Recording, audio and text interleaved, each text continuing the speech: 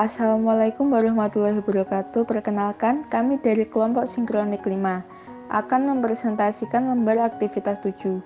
Pertama-tama, sebelum memulai presentasi kali ini, izinkan saya untuk memperkenalkan anggota dari kelompok Sinkronik 5.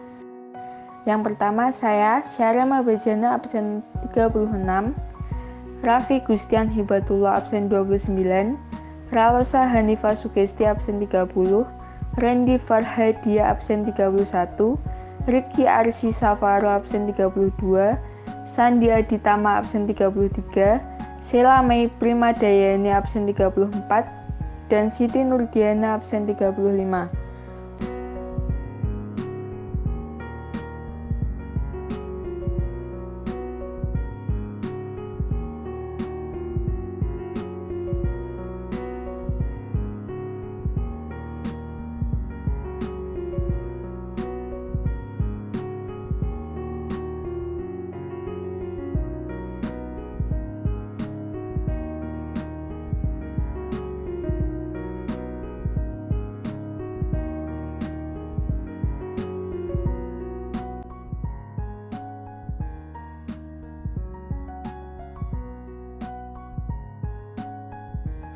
Untuk pertanyaan nomor 1 akan dibacakan oleh teman saya Gustian dan Ocha, 2 akan dibacakan oleh Randy, nomor 3 akan dibacakan oleh Ricky, dan untuk nomor terakhir akan dibacakan oleh Sandi, Sheila, dan Diana. Pertanyaannya adalah analisalah sumber daya alam Kepulauan Banda pada abad ke-6 yang menjadi daya tarik berbagai bangsa datang ke kepulauan itu. Kemudian, apa manfaat bagi kehidupan sehari-hari? Jawabannya adalah sumber daya alam yang terkenal dan menjadi daya tarik berbagai bangsa datang ke Kepulauan Banda pada abad ke-6 adalah rempah-rempah, khususnya pala. Oke, selanjutnya saya akan menjelaskan manfaatnya bagi kehidupan sehari-hari. Manfaat dari buah pala antara lain meningkatkan kesehatan otak, mengurangi rasa sakit pada luka, mengatasi masalah pencernaan, menjaga kesehatan mulut, mengobati insomnia, dan mengeluarkan racun dari dalam tubuh. 2. Kegiatan ekonomi apa yang menonjol di Kepulauan Banda? Jelaskan. Kegiatan ekonomi perdagangan rempah-rempah pala. Karena pala adalah jiwa sejarah dan ekonomi Kepulauan Banda. Selama berabad-abad lamanya, inilah tempat di dunia yang menghasilkan buah pala. Namun siapa sangka harum buah pala tercium hingga ke negeri seberang mengakibatkan pala menjadi incaran bangsa barat.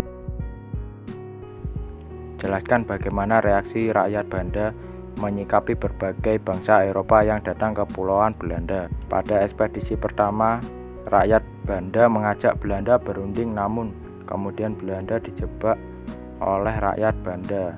27 orang dibunuh termasuk Laksamana Pieterszoon Verhoeven selaku pemimpin ekspedisi pertama, sedangkan J.P. Coen selaku juru tulis pada waktu itu berhasil selamat dari insiden tersebut, yang kemudian memimpin ekspedisi kedua Belanda untuk menguasai perdagangan rempah-rempah di Kepulauan Banda dan membalaskan dendam dengan cara membunuh seluruh rakyat Banda. Selanjutnya untuk pertanyaan yang terakhir, pertanyaan nomor 4. Jelaskan hubungan antara Pulau Roon, salah satu pulau di Kepulauan Banda, dan Manhattan, New York pada tahun 1667. Harum buah pala di Kepulauan Banda, Maluku memikat bangsa asing untuk berdagang dan meraup untung di pasar dunia pada abad ke-17. Buah pala pada zaman itu digunakan sebagai bumbu sekaligus pengawet makanan.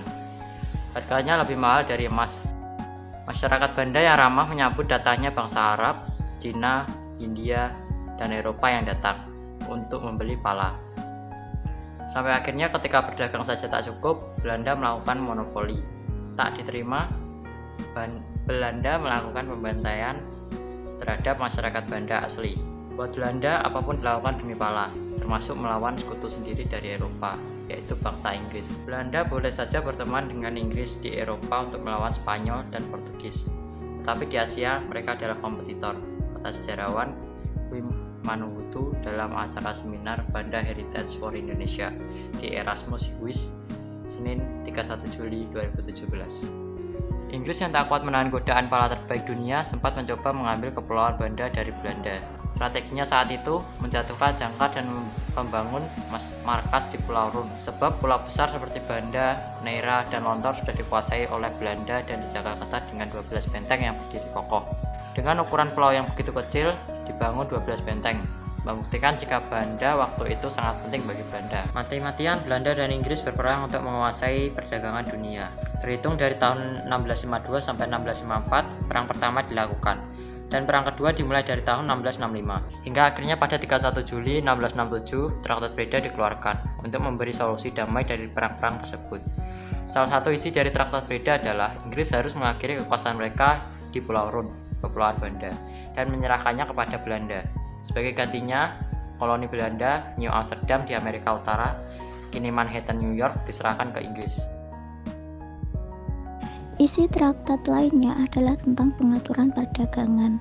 Menariknya, pada Traktat Breda Inggris juga sempat menawarkan untuk menukar New Amsterdam dengan pabrik gula mereka di Suriname yang direbut oleh Belanda. Namun Belanda bersikukuh menukar New Amsterdam.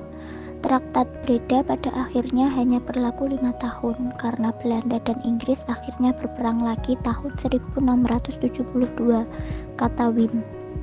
Selang 3,5 abad, New Amsterdam ini berkembang menjadi kota bisnis terbesar di dunia.